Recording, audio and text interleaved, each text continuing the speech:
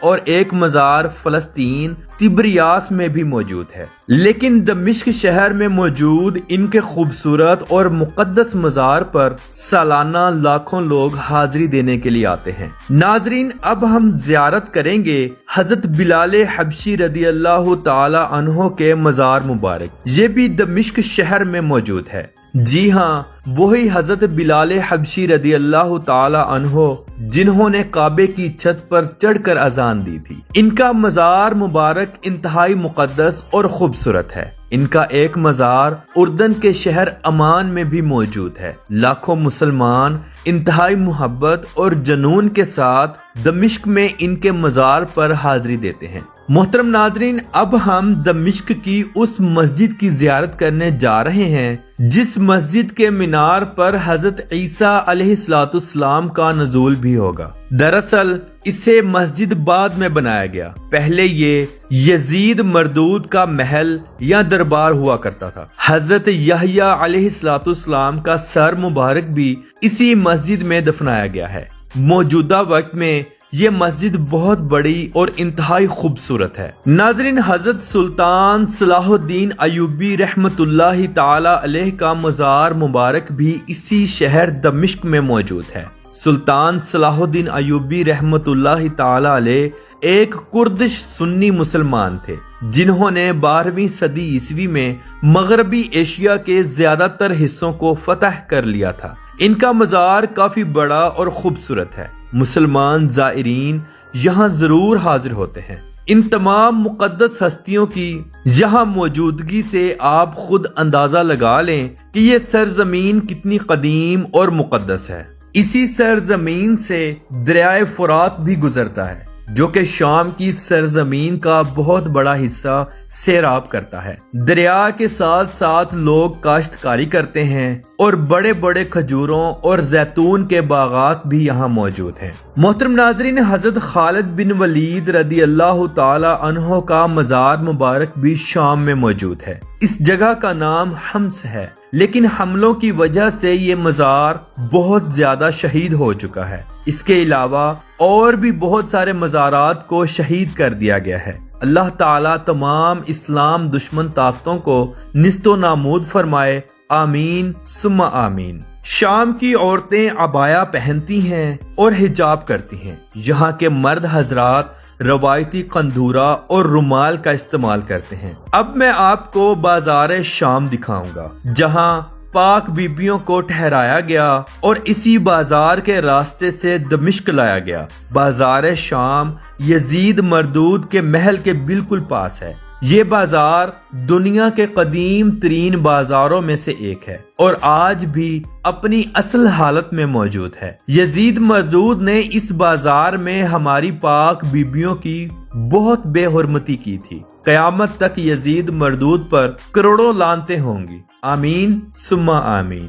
ناظرین، شام کا کل رقبہ 1,85,180 مربع کلومیٹر ہے اور یہاں کی کل آبادی 2,50,07,753 لوگوں پر مشتمل ہے۔ رقبے کے اعتبار سے یہ ملک دنیا کے 87ویں اور آبادی کے لحاظ سے 57ویں نمبر پر آتا ہے۔ یہاں 1 کلومیٹر کے اندر 118 لوگ رہائش پذیر ہیں۔ شام کے کل رقبے کے 1.1% حصے پر پانی بھی موجود ہے۔ اگر ہم شام کی تاریخ پر نظر ڈالیں تو 12,000 سال پہلے یہ سرزمین آباد تھی۔ یہ سرزمین رومیوں کے قبضے میں تھی، پھر 6 صدی عیسوی میں اسلام نے یہ سرزمین فتح کر لی۔ اموی خاندان کے بعد یہ علاقہ عباسی سلطنت کے پاس آیا، پھر 12ویں صدی میں سلطان صلاح الدین ایوبی نے اسے فتح کیا، پھر سلطنت عثمانیہ کا دور آیا اور یہ خطہ عثمانی سلطنت کا فاتح رہا۔ برٹش نے عثمانیوں کو شکست دی اور اس خطے کو فرانس نے اپنے انڈر کر لیا۔ دوسری جنگ عظیم کے بعد 1946 میں اس ملک نے فرانس سے آزادی حاصل کی۔ ناظرین، موجودہ وقت میں شام کے بہت برے حالات ہیں۔ یہاں خانہ جنگی کی وجہ سے ملک تباہ اور عوام لاوارث ہو گئی ہے۔ اسے بھی اسرائیل کی نظر لگی اور بیرونی طاقتوں نے اسے اندر سے کھوکھلا کر دیا۔ یہاں کی عوام بہت اچھی اور خوش اخلاق ہے، انتہائی مہمان نواز ہے۔ اللہ رب العزت کی ذات سے دعا ہے ہمارے اس مقدس ملک کی حفاظت فرمائے اور یہاں رہنے والے ہمارے پیارے مسلمان بھائی بہنوں کی بھی حفاظت فرمائے، آمین ثم آمین۔ شام کا جغرافیہ دیکھا جائے تو اس ملک کی سرحدیں مغرب میں بحیرہ روم، شمال میں ترکی، مشرق اور جنوب مشرق میں عراق، جنوب میں اردن اور جنوب مغرب میں اسرائیل اور لبنان سے ملتی ہیں۔ شام کی کل آبادی کا 87% حصہ مسلمانوں پر مشتمل ہے، 10% کرسچن اور باقی 3% دروز مذہب کے لوگ یہاں آباد ہیں۔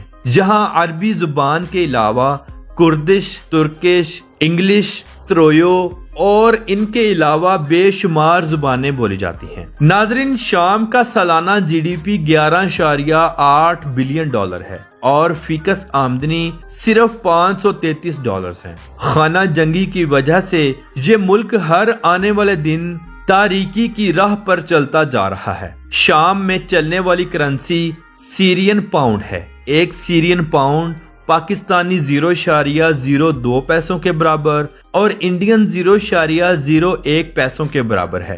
یہ ملک معاشی بحران کا شکار ہے، لیکن لوگ انتہائی نڈر اور مضبوطی کے ساتھ خوشحال زندگی گزارنے کی پوری کوشش کر رہے ہیں۔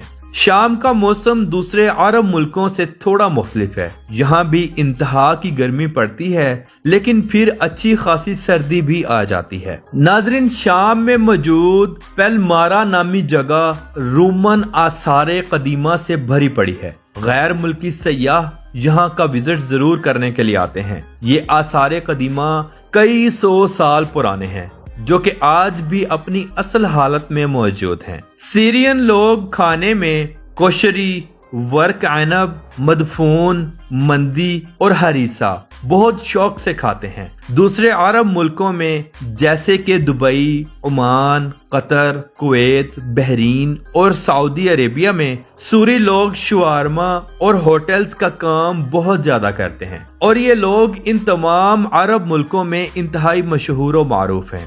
ان کی کوالٹی بہت عمدہ ہوتی ہے۔ شام کا کالنگ کوڈ +963 ہے اور انٹرنیٹ ڈومین نیم .sy ہے۔ شام کے لوگوں کی ایک بہت بڑی تعداد تمام دوسرے عرب ملکوں میں رہائش پذیر ہے اور اچھی خاصی سیٹل ہے۔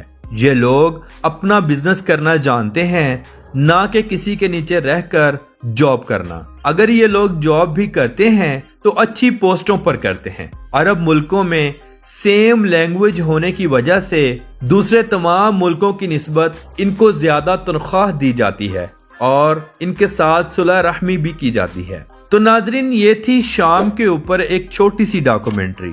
جانے انجانے میں مجھ سے اگر کوئی غلطی ہو گئی ہو تو میں اپنے رب عز و جل اور آپ سب سے معافی کا طلبگار ہوں۔ تو ملتے ہیں انشاءاللہ اگلی اور بہترین ویڈیو کے ساتھ۔ اللہ حافظ و ناصر، خدا حافظ۔